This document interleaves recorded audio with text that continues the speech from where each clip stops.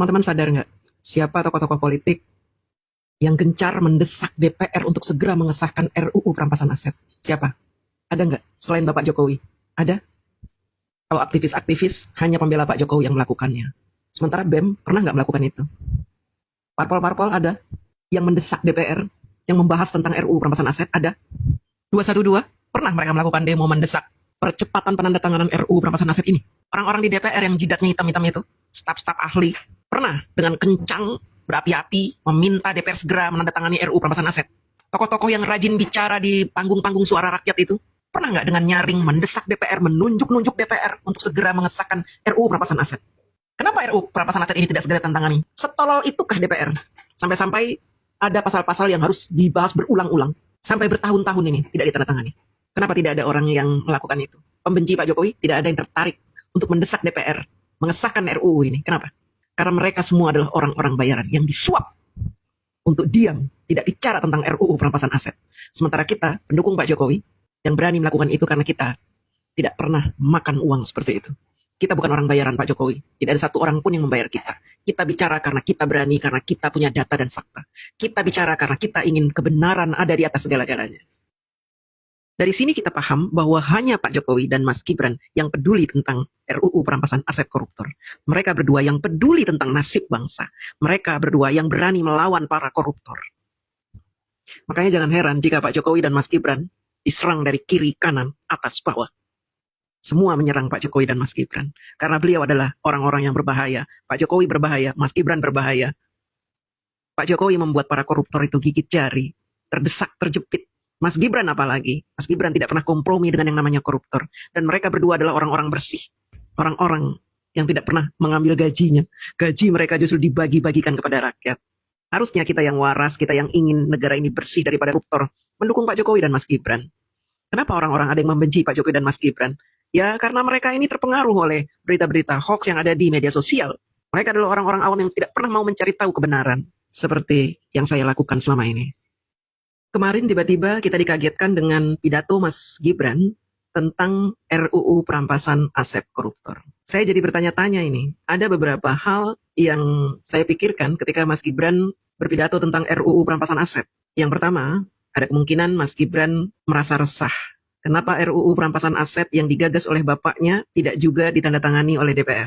Keresahan Mas Gibran ini menjawab keresahan kita, rakyat Indonesia, yang memang menginginkan DPR segera menandatangani RUU perampasan aset koruptor.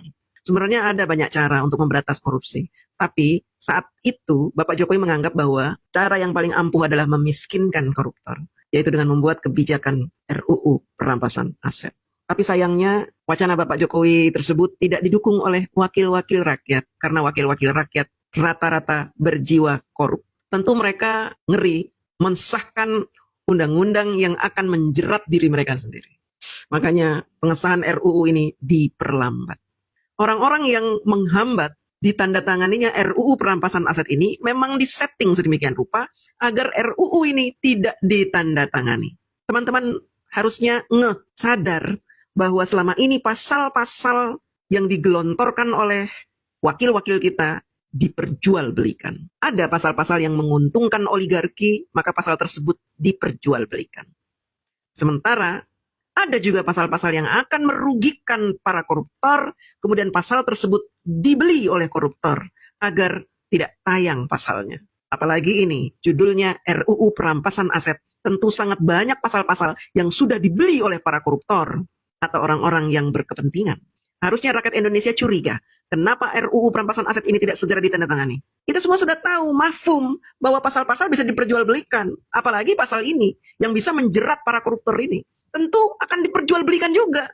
Wah, ini piro, bayar, para koruptor bayar ke gue, jadi gue tidak tanda tangan. Selama ini, orang-orang yang berteriak-teriak di depan DPR untuk mendesak DPR menandatangani RUU itu, apakah pernah dipanggil oleh DPR? Apakah kita pernah diberi kesempatan untuk audiensi dengan DPR membahas masalah RUU ini? Tidak, karena apa? Rakyat dianggap tidak penting. Mereka sudah duduk di DPR, mereka menganggap mereka adalah dewa. Dewa yang memutuskan segala sesuatunya. Jika ada rakyat yang protes, nggak penting suara rakyat. Karena mereka sudah menganggap diri mereka dewa yang bisa memutuskan segala sesuatu. Inilah brengseknya wakil-wakil kita yang ada di gedung DPR itu. Sebenarnya banyak hal-hal yang sangat miris untuk dibicarakan tentang kondisi wakil-wakil kita yang ada di gedung itu. Mereka menerima banyak sekali fasilitas dari negara, tapi mereka tidak pernah peduli dengan nasib kita yang diwakili oleh mereka.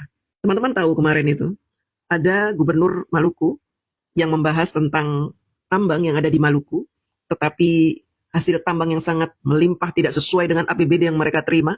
Apa yang dilakukan oleh wakil-wakil kita yang ada di DPR? Mereka ada yang tidur, ada yang main HP, ada yang ketawa-ketawa, ada yang ngobrol, ada yang celingak-celinguk.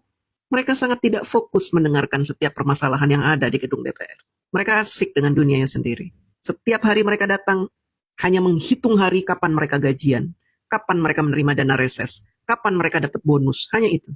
Mereka tidak pernah memikirkan nasib rakyat yang mereka wakili, tidak pernah. Sedikit pun tidak ada kepikiran di otak mereka. Walaupun ada wakil-wakil kita yang bagus, tapi wakil-wakil yang ada di gedung DPR 90% adalah orang-orang yang tidak bisa bekerja, yang tidak punya empati terhadap rakyat. Makanya RUU yang begitu penting buat negara, buat rakyat, tidak segera mereka mau tanda tangani. Itulah wakil-wakil kita. Wakil-wakil yang kita pilih dengan uang 50 ribuan. Tetapi yang membuat saya heran, kenapa tiba-tiba Mas Gibran berpidato tentang RUU perampasan aset ini adalah Mas Gibran tidak punya parpol. Sehingga suara Mas Gibran tentu akan menjadi angin lalu. Walaupun Mas Gibran adalah wakil presiden, tentu suara beliau tidak sekeras suara presiden. Apakah sengaja Mas Gibran dijadikan bumper? Atau Bapak Prabowo mau cuci tangan? Karena parpolnya ada di DPR juga, yang tentu punya andil untuk mendesak DPR mensahkan RUU perampasan aset koruptor. Bapak Prabowo kan disebut-sebut sebagai orang yang anti korupsi. Dan tiba-tiba Mas Gibran berpidato tentang pengesahan RUU perampasan aset koruptor. Mendesak DPR untuk mengesahkan RUU ini.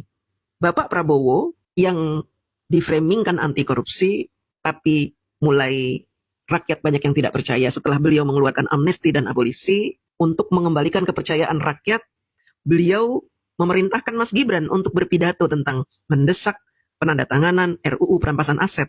Padahal kalau Bapak Prabowo yang bicara sendiri tentang RUU perampasan aset, tentu Bapak Prabowo akan lebih didengarkan oleh DPR. Tetapi kenapa Bapak Prabowo tidak melakukan ini sendiri?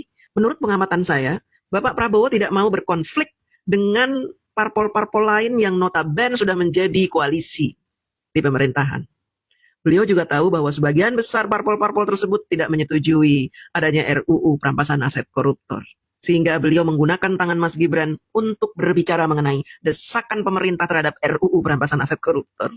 Dan hasilnya apa ketika Mas Gibran berpidato tentang desakan untuk pengesahan RUU ini? Hasilnya apa? Mas Gibran dihujat. Mas Gibran dibilang sok tahu, dicaci maki. Mas Gibran dianggap anak kecil tahu apa. Kemudian bawa-bawa Pak Jokowi lah, bapak lo tuh tangkap koruptor, membuat susah rakyat selama 10 tahun. Caci maki itu banyak sekali ketika Mas Gibran justru membela rakyat untuk memiskinkan para koruptor, tapi justru para pembenci memframingkan yang berbeda. Ada orang baik, mendukung rakyat, tapi dihina, dicaci maki. Mas Gibran ini serba salah. Berbuat baik, dicaci maki, apalagi diam saja. Melakukan tugas-tugas kenegaraan dicaci maki, apalagi di kantor saja. Saya bersyukur memiliki Mas Gibran sebagai wapres, karena beliau menyalurkan suara-suara kita.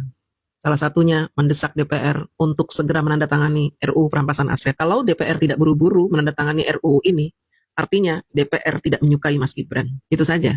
Boleh jadi Mas Gibran berpidato hal ini untuk memberitahu kepada kita untuk mewaspadai kondisi perpolitikan tanah air. Karena suara Mas Gibran pun tidak didengarkan oleh DPR. Jika DPR tidak mendengarkan Mas Gibran, artinya DPR tidak mendengarkan suara rakyat. Terima kasih.